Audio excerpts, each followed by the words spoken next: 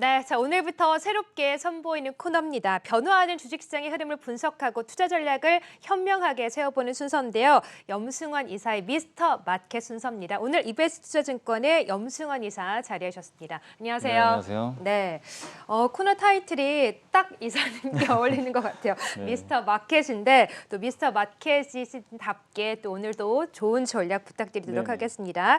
확실히 앞에서도 제가 언급을 드렸지만 이번 주 8월 들어서부터 시장 분위기가 조금씩 좋아지고 있거든요. 네. 오늘 시장 어떻게 좀 바라보셨어요? 그러니까 오늘 예. 어제부터 좀 반전이 일어났잖아요. 네, 갑자기 맞아요. 삼성전자가 그 못난이라 그러죠. 못난 왕이 귀환을 한 건데 그 귀환을 했을 때 뭐 여러 가지 뭐 이유들이 물론 있겠지만 그 외국인의 순매수가 어제 한 6천억 들어왔고 오늘도 못지않게 좀 굉장히 강력하게 들어오는 것 같고 그동안 사실 삼성전자에 대한 우려감이 너무나 컸었는데 네. 그 우려감이 이미 좀 선반영은 됐죠. 된 상태에서 또 호재성 요인들이 몇 가지 나오면서 일단 반등에 성공을 했습니다. 그래서 반도체가 결국 바닥을 확인했기 때문에 8월 증시는 좀 이제 안도를 해도 되지 않을까 저는 좀 그렇게 보고 있고 사실 8월 한 달간은 좀 이렇게 저는 올라간다 뭐 아니면 급나간다 그거보다도 일정하게 오르면 다시 빠지고 빠지면 오르고 이런 좀 흐름을 예상했는데 사실 하단은 한 3,150까지는 열어는 놓고 있었거든요. 그래요? 네. 근데 이제 어제 삼성전자가 바로 위로 올라서는 걸 보고 이제는 좀 3,200선 이하로 내려가기는 조금 쉽지 않을 것 같습니다. 그러니까 네. 하단이 굉장히 좀 단단해졌고 근데 이제 위로 한 번 더 레벨업을 하기 위해선 삼성전자 혼자만 간다고 해서 지수가 올라갈 수는 없거든요. 맞아요. 경기 민감주라든가 현대차 그룹이 좀 뒤를 받쳐주는데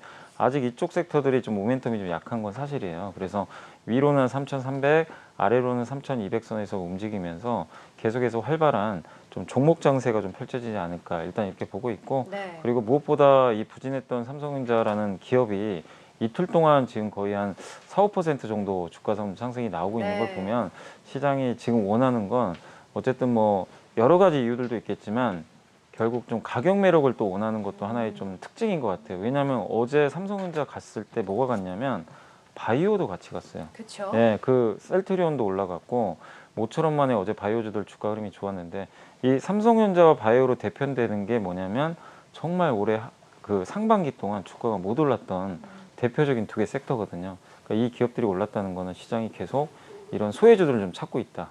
그래서 8월 달에도 계속 그런 섹터에 대해서 여러분들이 좀 관심을 가져보실 필요는 있는 것 같습니다. 네, 일단 8월 장도 그렇게 좀 긍정적인 흐름을 좀 보시면서 아래로는 3,200, 3,300 사이에서 네. 등락을 거듭하지만 좀 활기를 조금씩 찾아가는 시장이 될 것이다라고 네. 하셨고 안 그래도 이 반도체 업종 얘기를 해주셨는데 사실 어제 오늘 이번 주에 반도체 업종이 상승하는 걸 두고 좀 이제 추세가 전환이 된 것이다 이런 분석도 있지만 그동안 수단매가 워낙 빠르게 일어났기 때문에 그동안 못 올랐던 종목들을 굳이 찾자면 반도체밖에 없잖아요. 네네. 그래서 이제 저평가된 종목을 찾다 보니까 반도체가 차례가 와서 올라가는 것이다 이런 분석이 함께 나오고 있거든요. 염승환 이사께서는 어떻게 좀 보세요? 추세적 반등이라고 뭐 보세요? 그것도 맞는 예. 얘기인데, 그러니까 못 올라서 간 것도 네. 있어요. 그쵸. 그것도 한 네. 30% 될 것 같은데, 근데 못 올랐다고 해서 무조건 가는 건 아니에요.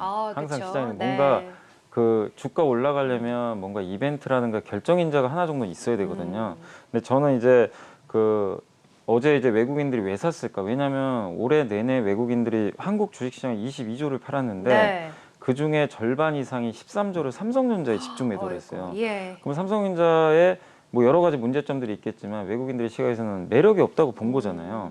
근데 어쨌든 어제는 갑자기 돌변해서 6천억을 샀단 말입니다. 그러면은 외국인들의 입장에서 봤을 때 뭔가 변화가 생긴 거죠. 그쵸. 뭐 예를 들면 뭐 이게 결정될지 모르겠지만 이재용 부회장의 가석방 얘기도 자꾸 나오고 예. 총수가 있고 없고는 사실 차이가 크잖아요. 그런 것도 당연히 작용을 했을 거고 어제 뉴스 나온 게 구글이 이제 자기네가 직접 칩을 만들겠다 네. 반도체. 근데 구글과 삼성은 아시겠지만 관계가 되게 좋아요. 이미 기존에 반도체 프로젝트를 하고 있었어요.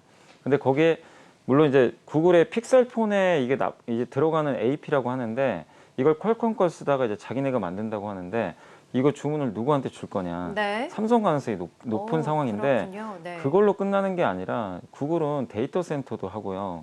크롬북이라고 노트북 아시죠? 네. 그게 워낙 판매가 잘 돼요. 그러면 이 칩들에도 이제 들어갈 가능성이 높다는 거죠. 이 네. 기기들에도. 수요 증가 기대감도 예. 좀 있군요. 근데 구글에 만약에 레퍼런스를 쌓게 되면 삼성이 다른 고객사도 늘릴 수 있는 유인이 생기거든요. 네. 예. 이제 삼성이 이제 검증이 됐구나.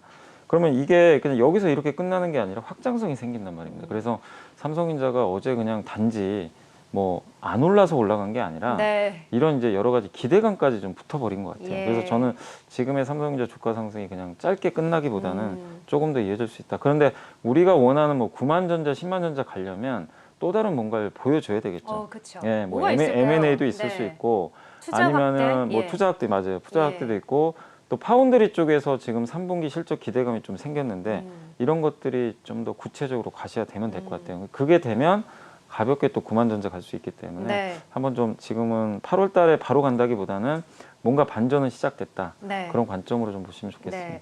그래서 좀 무리한 질문일 수 있겠지만 지금 이제 82,800원 기록하고 있잖아요. 네. 근데 한 얼마까지 좀 보실까요? 사실 삼성전자가 뭐 여러 가지 이슈들이 많긴 하지만 위에서는 TSMC가 계속 네. 누르고 또 아래에서는 인텔이 인텔, 계속 치고 네. 올라오잖아요. 이런 악재를 딛고 10만 전자 다시 가능할까요?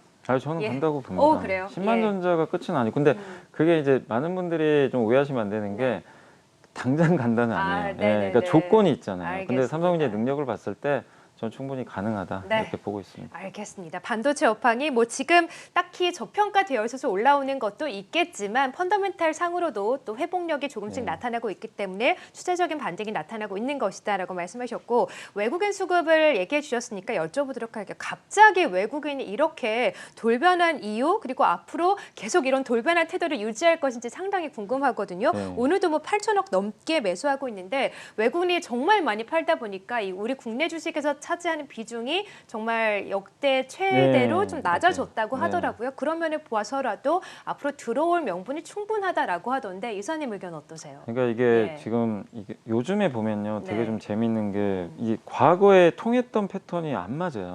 그러니까 시대가 기- 변했잖아요. 제 주변에도 기술적 분석으로 돈 버신 분들이 네. 뭐라고 하냐면 안 맞는데요, 차트가 잘. 과거처럼. 차티스트 분들. 좀 잘 안 맞고 음. 수급도 잘 안 맞고 그걸 이제 예전에는 그런 것들이 공식들이 있어서 잘 맞았는데 네. 잘 안 맞고 근데 왜 이 얘기를 해드리냐면 우리나라 지금 보면 작년부터요 원달러 환율이 1,300원에서 1,080원까지 급락했었잖아요.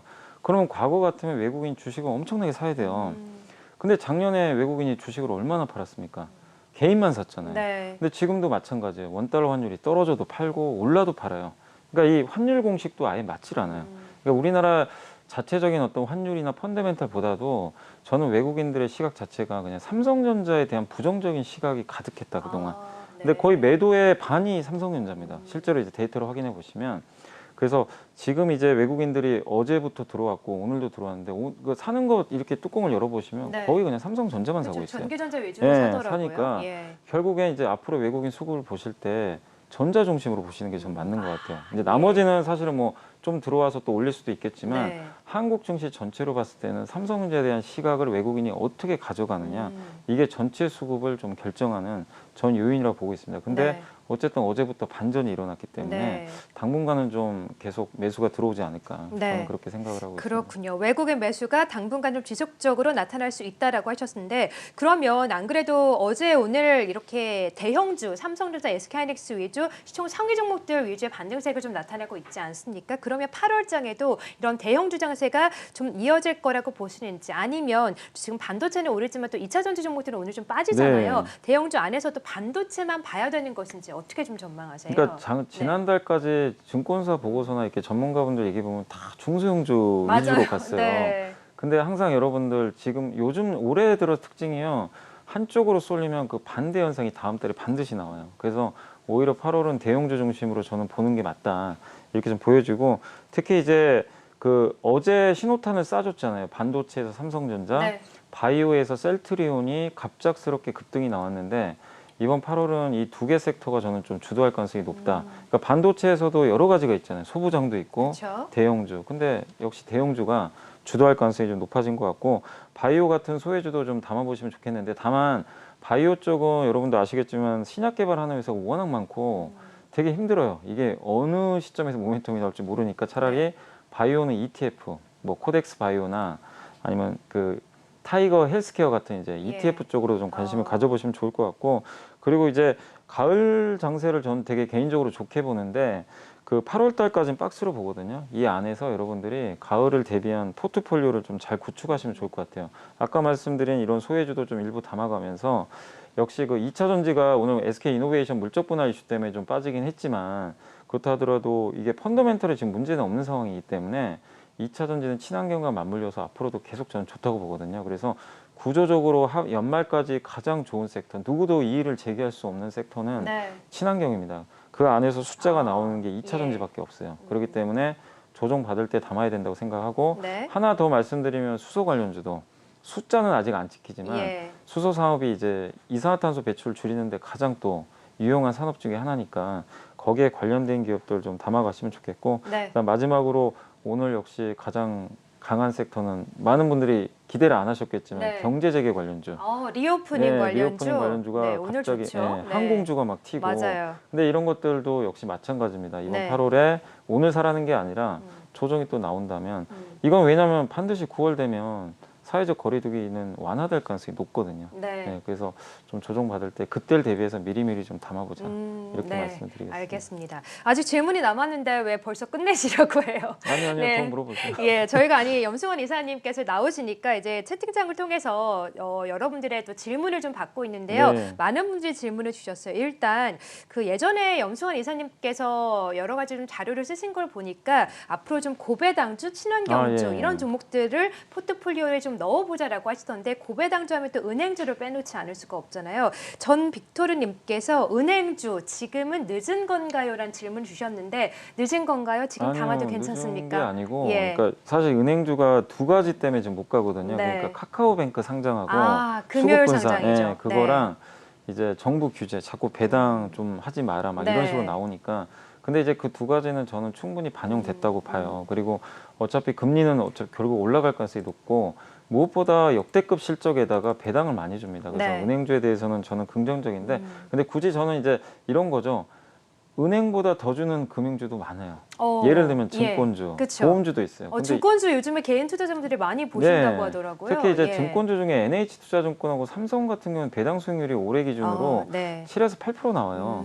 그러니까 규제 이슈도 없잖아요, 증권주는. 네. 그러니까 차라리 같은 급이면 금융주 그러네요. 안에서 보험 아니면 네. 증권을 보고 그리고 보험주를 제가 좀 좋게 보는 게 전 섹터 제가 다 찾아봤는데 네. 아직도 코로나19 이전 주가를 회복하지 못한 거의 유일한 섹터입니다. 그렇군요. 네. 잃을 게 없다는 얘기죠. 네. 그래서 보험주는 배당도 있지만 그런 가격 매력까지 같이 겸비했기 때문에 이 섹터들은 여러분들이 하나 정도는 포트에 좀 담아 놓으시면 되게 좀 편안하게 그렇군요. 하반기를 좀 즐길 네. 수 있지 않을까 생각합니다. 네, 은행주도 괜찮지만 굳이 금융주 쪽에서 좀 골라본다면 증권주, 삼성이나 NH도 좋게 보자 하셨고 또 보험주도 유망하게 보자라고 하셨어요. 또 하나 질문이 들어왔는데 이 꿀토끼님 외 다수 분께서 질문을 주신 업종군입니다. 바로 이 현대기아차입니다. 반도체가 네. 가는데 현대기아차를 필두로 자동차 업종이 가려다가 약간 브레이크가 좀 걸렸어요. 네. 근데 판매는 정말 잘 되고 있다고 하던데 저도 요즘에 길거리를 가다 보면 현대기아차 정말 많이 네, 보이거든요. 맞아요. 네. 근데 주가는 참 못 가는 것 같아요. 왜 그럴까요? 그러니까 이게 네. 현대기아차가 지금 내놓는 내연기관차는 나오는 것마다 다 이제 베스트 셀링이 맞아요. 되는데 네. 문제는 그거 가지고는 이제 임팩트가 없는 거예요. 아. 너무 잘 알아요, 이제는. 네. 그게 중요한 게 잘 팔리는 아니고. 건 안다. 그러니까 예. 이 주가는 올라가려면 이익 곱하기 PER이라는 거 많이 아실 거예요. 이익이 올라가든가 밸류에이션이 올라가야 되거든요. 이익이 올라가는 건 알아요. 근데 여기서 높은 밸류를 주려면 전기차 판매량을 이제 확인하겠다는 거죠. 그래서 아이오닉 5, EV6가 이제 나오잖아요. 이게 유럽이나 미국에서 얼마나 팔리는지 그 눈높이가 있어요. 이거를 충족시켜 줄 때 주가가 전 레벨업 할 수 있다고 봅니다. 근데 아직은 검증이 안 됐어요. 그래서 현대기아차 저는 아주 장기적으로 좋게 보지만 당분간은 박스권이다. 그 데이터가 확인되기 전까지. 그래서 조정 받으면 편안하게 접근을 해주시고 다만 오를 때 무리해서 쫓아갈 필요는 없다. 그래서 지금 안 가는 거에 대해서 너무 스트레스 받지 마시고 차분히 9월까지 한번 전기차 판매 데이터를 한번 네. 확인을 하시는 게 좀 좋을 것 같습니다. 네, 사실 삼성과 하이닉스도 우리가 정말 오래 기다리지 않았습니까? 근데 네. 기다리니까 또 이렇게 차례가 오듯이 현대기아차도 조만간 또 긍정적으로 말씀해 네네. 주셨으니까 차례가 좀 오리라 기대를 해보도록 하겠고요. 자, 그럼 마지막으로 염승환 이사께서 이런 시장 속에서 또 어떤 키포인트를 가져가면 좋고 어떤 종목을 또 유망하게 보시는지 키포인트와 유망주 짤막하게 좀 말씀해 주시죠. 네, 내일 이제 BOE의 통화정책회의가 있는데 일단 뭐 그 금리에 대해서 요새 얘기들이 많이 나오니까 그쵸. 영국에선 또 어떤 얘기가 나오는지 한번 지켜보시고 내일은 CJ E&M이나 이제 스튜디오 드래곤 같은 요새 콘텐츠 기업들이 좀 주가가 좀 네. 비리비리해요. 오늘 너무 예. 좋던데 엔터주는. 엔터주는 네. 좋은데 네. 근데 왜냐면 이게 또 중국 규제 이슈가 또 나올까봐 맞아요. 약간 부진한 것 같지만 그래도 충분한 이제 저평가 메리트는 있으니까 내일 실적 한번 확인해 보시고 제가 오늘 좀 가져온 이제 투자 좀 관심 주는 저는 좀 대덕전자를 한번 좀 가져와 봤는데 요새 이제 그 반도체 패키지 회사들 주가 흐름이 괜찮아요. 일제 경쟁사라고 볼 수 있는 신텍 주가가 좀 많이 갔거든요. 근데 대덕전자가 좀 최근에 좀 주가가 부진한 편이긴 한데 대덕전자 오히려 이렇게 안 갈 때가 기회인 것 같고 패키지 기판 쪽에서 이 회사가 원래 메모리 쪽이었어요. 근데 작년에 비메모리 패키지 기판 설비 투자 공시를 냈고 지금 이제 증설을 하고 있는데 아마 3분기부터 매출액이 나올 것 같고 이 시장은 지금 국내에선 삼성전기만 하고 있어요. 그러니까 시장의 진입장벽도 되게 높은 사업이니까 이 비메모리 패키지 기판이 주로 자동차 쪽에도 많이 들어가거든요. 그러니까 이 전방 산업이 계속 좋아지는데 만드는 업체는 되게 제한돼 있습니다. 그러니까 네. 그만큼 진입하기 어려운데 진입을 하고 있다는 거죠. 그래서 반도체 비메모리 쪽의 패키지 기판 수혜를 좀 기반으로 해서 좋은 어떤 모멘텀이 기대가 되고 그리고 올해 영업이익 전망치도 한 193% 작년보다 증가할 것으로 좀 전망이 되기 때문에 이렇게 주가 좀 안 가고 있을 때 네. 남들이 관심 안 가질 때 한번 좀 편입을 해보시면 좀 네. 좋지 않을까 싶습니다. 네, 염수원 이사님은 항상 소외되어 있는 종목 중에서 구조적 성장주 많이 좋아하시는 것 같아요. 네. 오늘도 대덕전자를 또 내일장 유망하게 보자라고 말씀하셨습니다. 자, 오늘 염수원 이사님과 함께 또 시장에 대한 전략 분석 함께 들어봤고요. 미스터 마켓이죠. 염수원 이사님과는 여기서 인사드릴게요. 오늘 네, 고맙습니다. 감사합니다.